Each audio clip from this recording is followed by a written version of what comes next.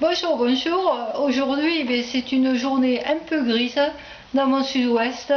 Alors, on va en profiter parce que c'est une des dernières journées de printemps et on peut encore en faire. On va faire une raclette.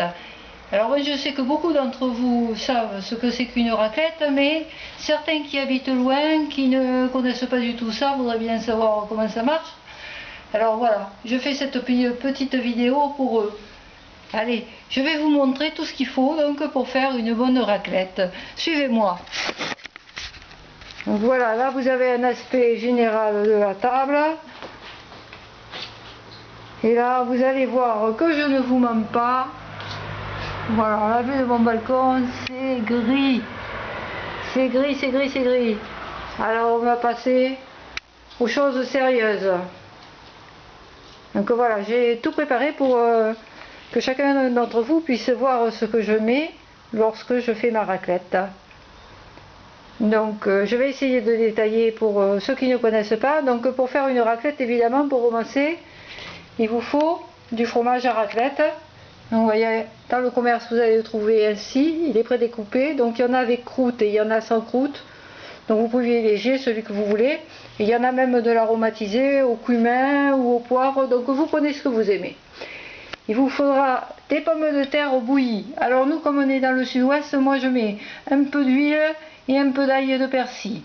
Voilà, alors vous embêtez pas, hein, parce que vous avez de très bonnes pommes de terre toutes prêtes dans le commerce. Il vous suffit juste de mettre l'accompagnement. Hein.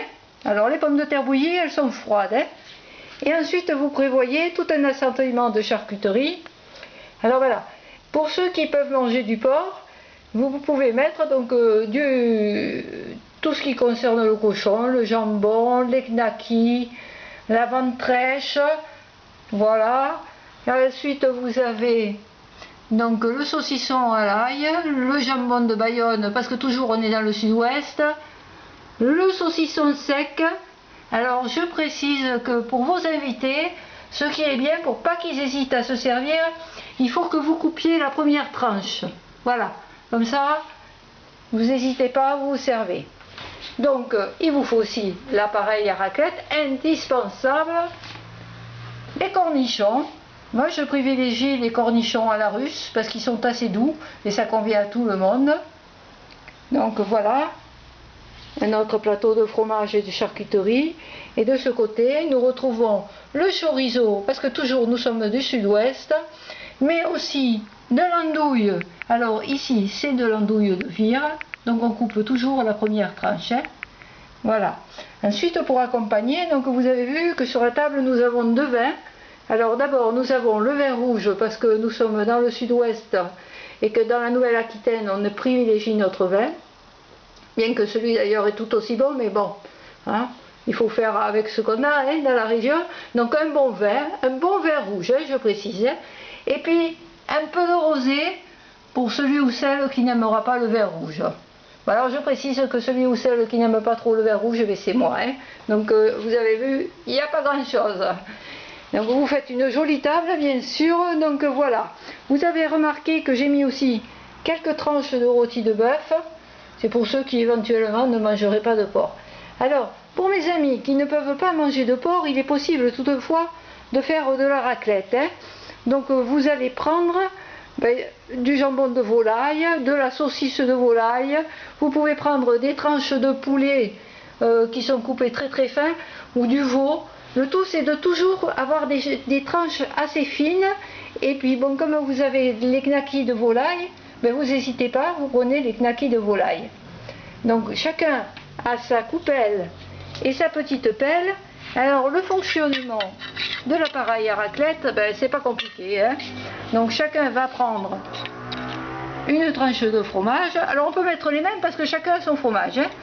Une tranche de fromage et vous le mettez dans l'appareil à raclette. Alors ceux qui veulent que la charcuterie soit un peu chaude peuvent le mettre sur le dessus de l'appareil à raclette. Donc voilà, ça chauffe doucement. Alors ce fromage va fondre délicatement. Et je précise aussi ce que j'ai oublié, il ne faut pas hésiter à mettre du pain, pas mal de pain, hein, parce qu'avec la charcuterie on mange quand même beaucoup de pain. Et puis il ne faut pas hésiter aussi à mettre une bouteille d'eau, hein, parce qu'il y en a qui ne boivent pas de vin. Hein.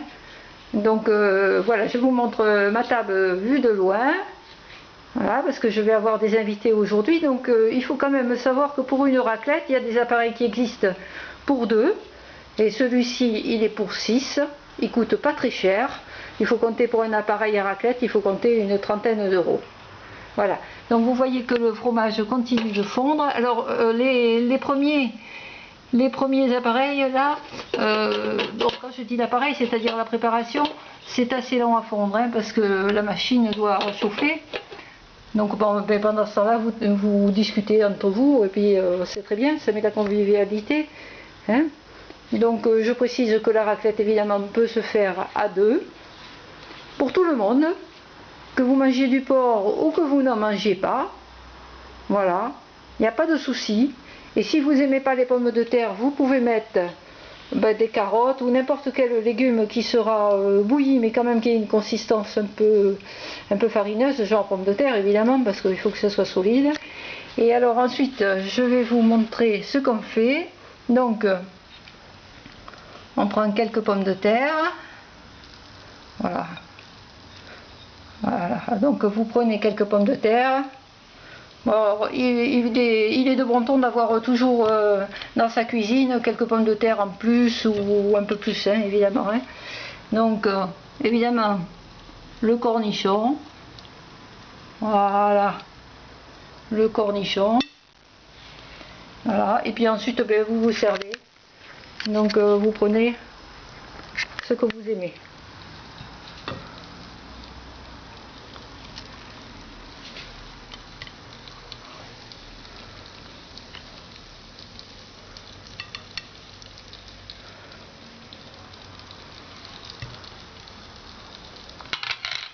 Bon alors voilà, ça c'est un exemple d'assiette, hein, c'est une petite assiette, parce qu'évidemment il va falloir que vous preniez d'un peu de tout, hein, parce que tout est bon.